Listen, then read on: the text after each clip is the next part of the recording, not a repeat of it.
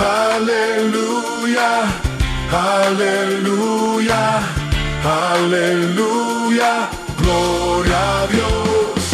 Hey. Aleluya, aleluya, aleluya, gloria a Dios. Buenos días con todos, que Dios les bendiga. Siempre es una bendición poder compartir la palabra. Y eso espero, traer palabra de Dios. No digan palabra de Dios y de repente como Herodes se lo comen los gusanos. Qué bendición es poder ser instrumentos para llevar ese mensaje de Dios, transmitir esta palabra bendita, viva y eficaz, más cortante que espada de dos filos. Es la única que transforma el alma. Es la única que puede producir cambios en nosotros, la que nos da esperanza, la que nos consuela. Es la palabra de Dios la que tenemos como recurso para conocer a Dios, para conocernos a nosotros mismos también, para conocer su voluntad. ¿Sí? Y esta carta a los filipenses, gracias Mario, esta carta a los filipenses para mí es de mucha bendición porque, como lo mencionamos, a Pablo, un hombre preso pero con un alma libre. Y él menciona tantas veces la palabra gozo porque es la razón de su vida. Cristo había llenado de tal manera su vida que por encima de las circunstancias, él siempre se gozaba en el Señor. Siempre él estaba ahí, asido a la palabra de Dios, era la cual él tomaba como la base de su vida. Y aquí, en este capítulo 2, porque ya hablamos del capítulo 1, él menciona cosas muy importantes para una iglesia madura que tiene creyentes maduros, ¿no? Y que primeramente él busca que tengan algunas cualidades espirituales.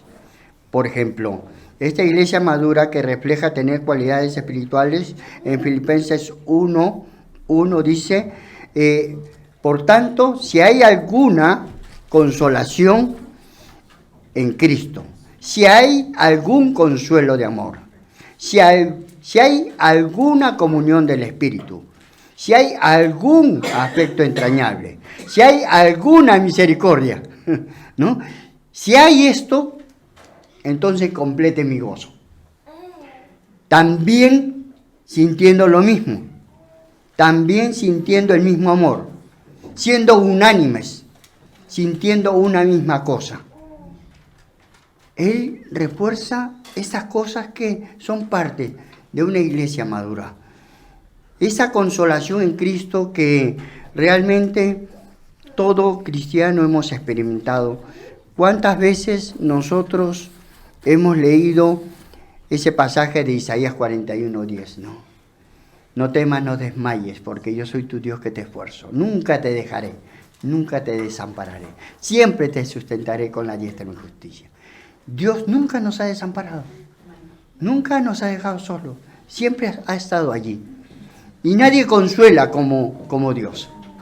Y dice, segunda de los Corintios 1:3-4, bendito sea el Dios y Padre de nuestro Señor Jesucristo, Padre de misericordias y Dios de toda consolación, el cual nos consuela en todas nuestras tribulaciones, para que podamos también nosotros consolar a los que están en cualquier tribulación, por medio de la consolación con que nosotros somos consolados por Dios. Con esa misma consolación con que Dios nos consuela, podemos ser instrumentos para poder consolar a otros. Porque somos morada del Espíritu Santo, y ese es el Espíritu que puede consolar, fortalecer, nos usa como instrumentos también para llevar ese consuelo, para confortar los corazones. El Señor Jesús, cuando mandó a sus discípulos de 2 en 2, le dijo, id, y si hubiera un hijo de paz, la paz reposará sobre él, y si no, irá con vosotros. Pero nosotros somos morada del Espíritu Santo y podemos llevar el amor, el gozo, la paz del Señor. Y si hay alguna consolación en Cristo, si estas personas que han sido consoladas son también conscientes de que pueden ser instrumentos para consolar, entonces Dios va a seguir ministrando. Y eso es lo que va a bendecir a la iglesia. Cuando aquellos que tienen el don de consolación están para consolar. Los que tienen el don de enseñanza están para enseñar. Y esto tiene que ver con cada uno de nosotros. Pero hay algo aquí. En esta iglesia hay de muchos países. Yo no sé a qué iglesia tú has ido antes. Has pertenecido a una iglesia. Pero ahora estás aquí y en alguna manera esta es tu iglesia. Pero ¿sabes qué? Eres parte de la iglesia universal. Y tú tienes dones. Y tú tienes que ser fiel a Dios. Tú tienes que ser de bendición a Dios. Y algún día vas a dar cuenta a Dios. Y no, ya no estoy en mi iglesia, ahora ya no voy a desarrollar ministerio. Pero ¿eres consciente del don que Dios te ha dado? ¿Del ministerio que Dios quiere que desarrolle? Yo soy pastor. Y me ha dado la bendición de pastorear. Y he tenido que pastorear a personas que ya no estoy en esa iglesia. No, oye, ¿sabes qué? Ya no soy pastor ya de esta iglesia. Y si alguien me busca, oye, ¿sabes qué? Yo no soy tu pastor, tú busca a tu pastor. Yo soy pastor, y toda persona que me busca va a encontrar a un pastor. Y si tienes el don de consolación, toda persona que necesita consolación va a ser consolada.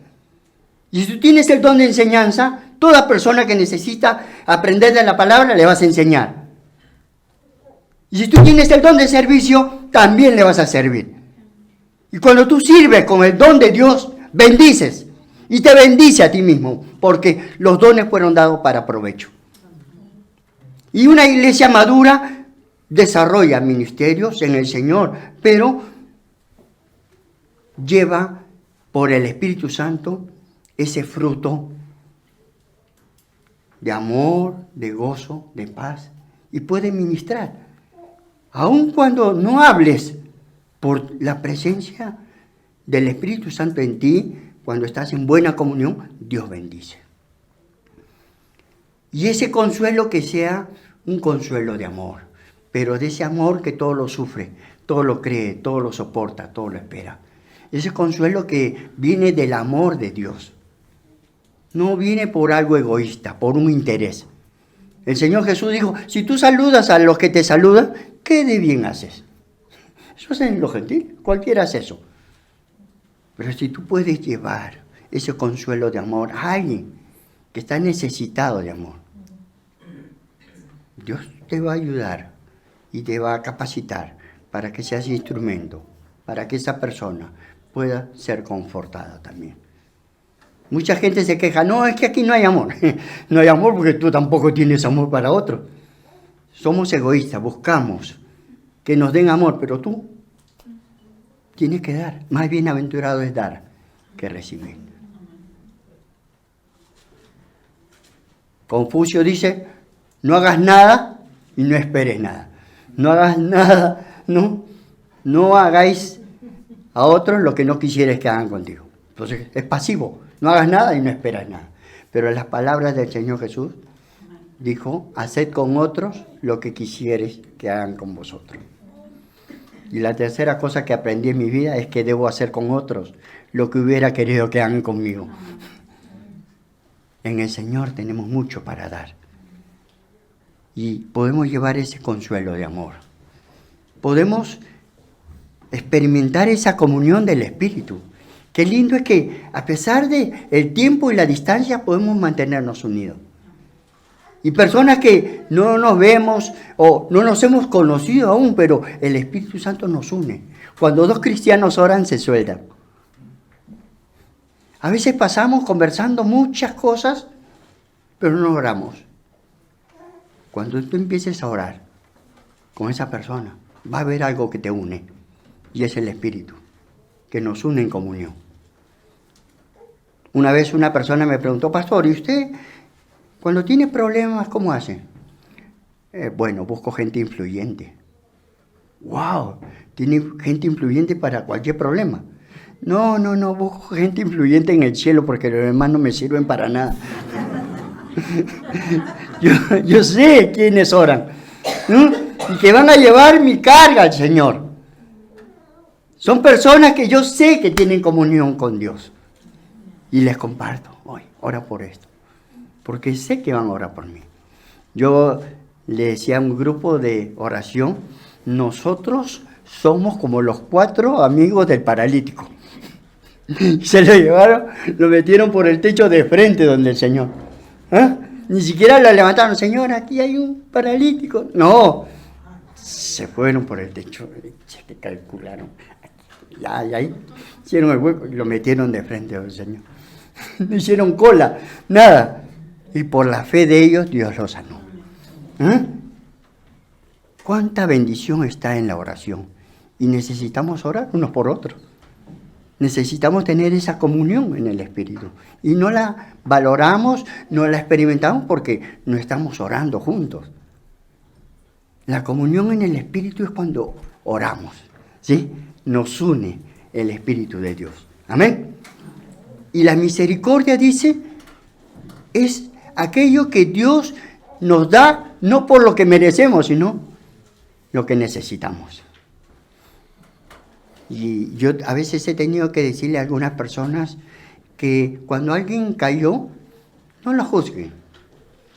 Piensa que podías haber sido tú. Y que Dios por su misericordia te protegió de que no seas tú el que hayas caído. Y así como te gustaría que te restaure, tú restaura. Eso es tener misericordia. Dar lo que la persona necesita, pero darle gracias a Dios que pude haber sido yo que hubiera caído y Dios me ha guardado. Y debo anhelar que Dios le restaure, que Dios obre en su vida. Una iglesia madura es una iglesia unida, que siempre está buscando al Señor. Dice que sientan lo mismo, que tengan el mismo amor, que sean unánimes, que sientan una misma cosa. Se está reforzando lo mismo, ¿sí? Como cuando decimos el autoconcepto, la autovalía, la autoestima, es lo mismo, ¿no? Pero en otras palabras. Pero aquí se está reforzando la unidad, ¿sí? Que sean de un mismo sentir, que se enfoquen en una misma cosa, ¿sí? Pero que tengan un mismo ánimo, sean unánimes.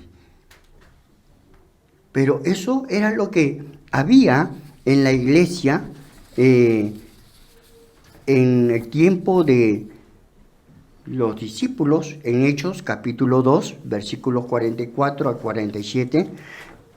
Dice Hechos 2, 44 al 47, todos los que habían creído estaban juntos y tenían en común todas las cosas, y vendían sus propiedades y sus bienes y los repartían a todos según las necesidades de cada uno. Y perseverando unánimes cada día en el templo y partiendo el pan en las casas, comían juntos con alegría y sencillez de corazón, alabando a Dios y teniendo favor con todo el pueblo. Y el Señor añadía cada día a la iglesia los que habían de ser salvos. Dios añadía por ese obrar del Espíritu Santo, de unirlos en comunión, tener cosas en común, ¿sí? Y de ser uno, como el Señor Jesús oró en Juan capítulo 17, versículos 21 al 23. Para que todos sean uno, como tú, oh Padre, en mí y yo en ti, para que también ellos sean uno en nosotros, para que el mundo crea que tú me enviaste. La gloria que me diste les he dado, para que sean uno, así como nosotros somos uno. Yo en ellos y tú en mí, para que sean perfectos en unidad, para que el mundo conozca que tú me enviaste y que ellos que los has amado a ellos como a mí también me has amado. El Señor Jesús pidió, Señor, que ellos sean uno, que ellos sean perfectos en unidad para que el mundo crea porque ese es el testimonio que los discípulos daban. La gente podía decir, mira cómo se aman, ¿no? Y la gente se sorprende de ese amor que viene del Señor, porque Dios nos permite crecer. En Nehemías capítulo 4, versículos 6, 17 y 20 dice: edificamos pues el muro y toda la muralla fue terminada hasta la mitad de su altura, porque el pueblo tuvo ánimo para trabajar. Y los que edificaban en el muro, los que acarreaban y los que cargaban, con una mano trabajaban en la obra y con la otra tenían la espada. Porque los que edificaban, cada uno tenía su espada ceñida a sus lomos, y así edificaban. Y el que tocaba la trompeta estaba junto a mí. Y dije a los nobles y a los oficiales y al resto del pueblo: la obra es grande y extensa, y nosotros estamos apartados en el muro, lejos los unos de los otros. En el lugar donde oyeres el sonido de la trompeta, reuníos allí con nosotros, y Dios, nuestro Dios, peleará por nosotros. No es que ellos iban a pelear, pero estemos unidos. Dios va a pelear por nosotros. Ellos eran unánimes, tenían el mismo ánimo para trabajar, pero tenían la espada. Estaban ahí listos. Y nosotros contamos con la palabra, que es la espada, que nos apropiamos de esas preciosas y grandísimas promesas, y que podemos pedirle a Dios conforme a su voluntad y decir: Señor, aquí estamos. La unidad es algo que trae bendición a la iglesia y es de bendición para muchas personas que nos rodean, que ellos ven el amor que nos une en el Señor. Una iglesia madura sirve con buena actitud. Y en Filipenses capítulo 2 también dice: nada hagáis por contienda o por vanagloria, antes bien con humildad, estimando cada uno a los demás como superiores a él mismo, no mirando por lo suyo propio, sino cada cual también por lo de los otros. Nada hagáis por contienda, por vanagloria. Hay personas que buscan competir. Y siempre le dije a mi hija: sí, pues, algunos compiten, pero para competir se necesitan dos. ¿No? Si uno no está para eso, es su problema. Pero sabemos a quién servimos. Y Él conoce nuestros corazones. Pero siempre hay competencia, siempre hay celos, siempre hay envidia. Siempre alguien quiere sobresalir. Siempre alguien quiere aún dejar mal al otro. Es como la escalera, para subir tengo que pisar a otro. Voy avanzando. Me gusta un pensamiento que dice: los puestos eminentes son como la cima de los peñascos. Solamente llegan a ellos las águilas y los reptiles. El más ruin y el más venenoso puede llegar. Pero también el más capaz. ¿Sí? Y a veces estamos rodeados de gente que está ahí, ¿no?, para tirarnos abajo, porque no puede. Porque por nuestra habilidad en el Señor podemos ser como las águilas. Volamos. Pero Dios dice: nadie busque lo suyo propio, sino cada cual el de los otros. Eso de servir con humildad, que son las cualidades que el Señor Jesús menciona en Mateo capítulo 11, versículo 29, ¿no? El 28 dice: venid a mí los que estéis trabajados y cargados, que yo os haré descansar, y aprended de mí, que soy manso y humilde de corazón, y hallaréis descanso para vuestras almas. No es el trabajo físico, es el alma que está cargada. Y en el alma está el intelecto, las emociones y la voluntad, como hemos dicho. Y esa alma cargada necesita descanso. Pero el Señor quiere que nosotros nos humillemos delante de Él, dejemos nuestras cargas sobre Él y aprendamos a ser humildes de corazón, ¿sí? No de condición. Y estas dos cualidades que menciona el Señor Jesús para los griegos y para los romanos eran defectos, eran debilidades. Manso, es un tonto, es un débil. Un humilde, esa persona la menosprecia, la subestima. Pero cuesta. Compartía con los caballeros. A mí me cuesta ser humilde con mi esposo. Me cuesta ser manso con mi esposa. Porque a veces ella me dice cosas que tiene la razón y me cuesta aceptarla. Les contaba que ella es de una promoción antes que yo, estudió con el pastor Carlos. Ellos eran de esa promoción y ella era buena en homilética. Entonces cada vez que yo predicaba, decía, Reina, ¿qué tal salió? Bien, pero en esto te faltó esto. Y yo, ya, está bien. ¿Te afectó, no? No, tienes razón. Cada domingo le preguntaba, ¿y qué tal? Bien, pero en esto... Yo, ya, está bien. ¿Te ha afectado, no? No, tienes razón. Ya, un día le pregunto, ¿y qué tal el mensaje? ¿Quiere que sea sincera o optimista? Nunca más le pregunté ya, nunca más. Porque sabe pues que no era el momento para preguntar y sabe que no estoy tan preparado para recibir sus observaciones. ¿Sí? Pero aquí dice que debemos ser humildes con los demás. Pero aprendamos pues en casa primero. ¿Sí? Ahí, a ser manso y humilde. En cosa seria, ¿no? O sea, se la puse difícil, ¿no? Qué tremendo.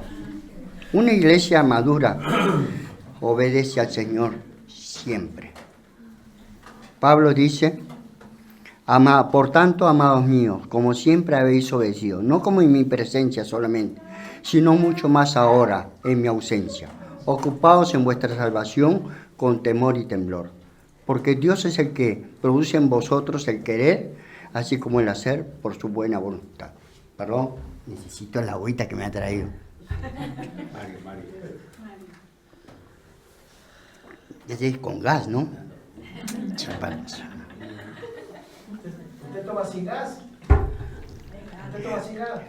En la guerra cualquier hueco es trinchera. Sí. Bienvenido. Así, bienvenido. Ya, no, está bien, me gusta. Y aquí el apóstol Pablo dice, ustedes siempre deben obedecer al Señor, en todas circunstancias. Y que seamos personas que cuidemos de ser fieles, no porque nos van a mirar, no para el ojo, sino como para el Señor. Y a Dios se le sirve bien detrás de las cortinas, en lo oculto. Dios conoce los secretos. Y Dios conoce cómo está tu corazón. ¿Cuánto de la palabra hay en tu vida que se está aplicando? No cuánta información tiene. Había una mujer que le dijo al pastor, ya era una mujer mayor, y le encontró al pastor, y le dice, pastor, me gustó su mensaje, qué linda la palabra. Así, ¿y qué recuerdas del pasaje o del mensaje? Pastor, la verdad es que no me acuerdo. Pero cuando llegué a mi casa le quité la pesa falsa a mi balanza. Eso era lo más importante. Que había aplicado la palabra, aun cuando no tenía retenido la memoria del pasaje. Pero sí había aplicado. Eso es lo que Dios espera, que seamos obedientes. Que nos olvidemos qué fue lo que nos llevó a la obediencia. Lo más importante es que estamos buscando obedecer a Dios. que seamos sensibles a la voz de Dios y dispuestos a ser moldeados, ¿ah? Que Dios trabaje en nuestro carácter. Amén. Y debemos cuidar eso. Dios es el que produce el querer como el hacer por su buena voluntad. Cuando Pablo dice a los romanos en el capítulo 8, versículos 1 en adelante, mas gracias sean dadas a Dios, que no hay condenación para los que están en Cristo Jesús, los que no andan conforme a la carne, sino conforme al Espíritu. Porque la ley de vida en Cristo Jesús me ha librado del poder del pecado y de la muerte. Lo que era imposible para la carne por cuanto era débil. Gracias al Espíritu Santo podemos hacer la voluntad de Dios. Podemos someternos a Él y decir, Señor, yo no puedo. Dame los recursos, capacítame para vivir en tu voluntad, para hacer lo que tú quieres. Señor, hazme dócil. Señor, úsame como un instrumento útil en tus manos. Y eso es lo que Dios quiere, que esa palabra llegue a ser carne en nosotros, que sea natural, que sea espontánea. No cuánto memorices, sino cuánto aplicas de esa palabra. Y dice que deben hacer las cosas sin murmuraciones. Dice, hacer todo sin murmuraciones y contiendas. Siempre hay gente que murmura, que anda ahí hablando. Un antídoto para las personas que murmuran, oye, miren, lo que me está diciendo le voy a decir que tú me lo has dicho. No digan, ¿qué me cuentas algo que no quieres que yo lo diga? ¿Sí? Porque hablan ahí. Y a mí me gusta lo que dice Pablo, ¿no? Dice en Efesios 5, 9 al 13, porque el fruto del Espíritu es en toda bondad y justicia y verdad, comprobando lo que es agradable al Señor. Y no participéis en las obras infructuosas de las tinieblas, sino más bien reprenderlas. Porque vergonzoso es aún hablar de lo que ellos hacen en secreto. Mas todas las cosas, cuando son puestas en evidencia por la luz, son hechas manifiestas, porque la luz es lo que manifiesta todo. Hacer las cosas a la luz. ¿Sí? Una vida transparente. Vergonzoso es hablar de lo que ellos hacen en secreto. Y vergonzoso es hablar en secreto de lo que ellos hacen en público también. ¿No? Cualquiera de las dos cosas está mal. ¿Sí? El que sabe hacer lo bueno y no lo hace es pecado. Y el que sabe que es malo y lo hace peor. ¿No? Eso dice Santiago 4:17. El que sabe hacer lo bueno y no lo hace es pecado. Y Dios quiere que nosotros podamos vencer con el bien el mal. No sea vencido de lo malo, sino vence con el bien el mal. No flaquees, no cedas a lo malo. ¿Sí? Entonces, Él dice, cuídense de aquellos que murmuran, aquellos que buscan contienda, para que seáis irreprensibles, sencillos hijos de Dios, sin mancha, en medio de una generación maligna y perversa. En la iglesia siempre hay las mechites, o las metiches. Había una hermana que era meche y le decíamos mechite, porque era bien metiche, ¿no? Y hay las que opinan cuando no le pide la opinión, ¿no? Y hay la gente chismosa que por cultura general quiere saber todo, ¿no? Pero siempre hay esas personas y uno tiene que cuidarse, ¿no? Que están afectando la unidad de la iglesia. Siempre están ahí entrometiéndose en lo que no deben. A veces en broma le dedico a las mujeres un versículo. Miren este versículo.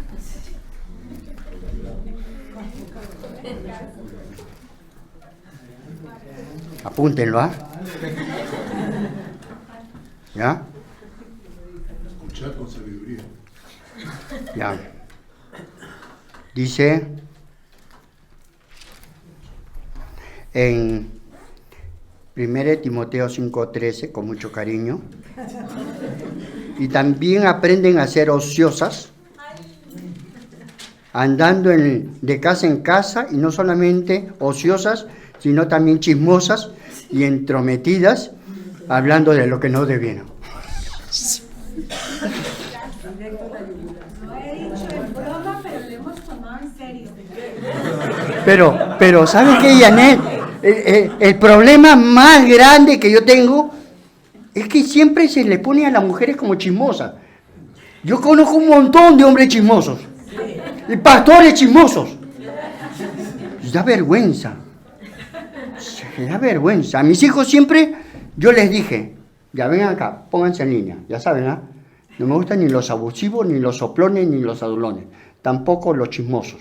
Arranquen, que esto no es un paradero. Así los he tenido siempre. Porque uno convive con personas abusivas, soplonas, adulonas. Y con metiches.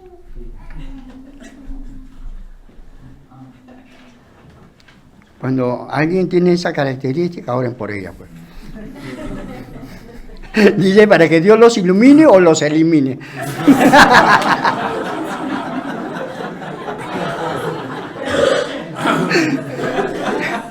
No. Que Dios los ilumine, que tenga gracia, misericordia. Bueno, qué bueno. Una iglesia madura, entonces debe tener estas personas que son sencillos hijos de Dios, que se guardan sin mancha y llegan a ser luminares, luz en el mundo, en medio de una generación perversa y maligna, o maligna y perversa. El Señor Jesús dijo, por haberse multiplicado la maldad en el mundo, el amor de muchos se enfriará. Sí, corremos el peligro de perder nuestra identidad por tanta influencia. Dice, las malas conversaciones corrompen las buenas costumbres. El apóstol Pablo a los Corintios. Y a veces somos influenciados y tenemos que renovarnos en la palabra. Aquí en Suiza usan mucho el hervidor, un calentador, pero en el Perú usamos una tetera, ¿sí? Y la tetera, yo no pude traer porque Daniel no tiene tetera, pero hubiera querido traer la tetera. La tetera, imagínense ya, la tetera, sí, bonita, de acero inoxidable. Esa tetera no sirve para hacer una sopa, ¿sí? Tampoco para freír huevos. Pero esa tetera, si la dejas cuando fríes huevo al costado, le va a salpicar el aceite. Y el vapor de la sopa, del pollo, le va a salpicar ahí.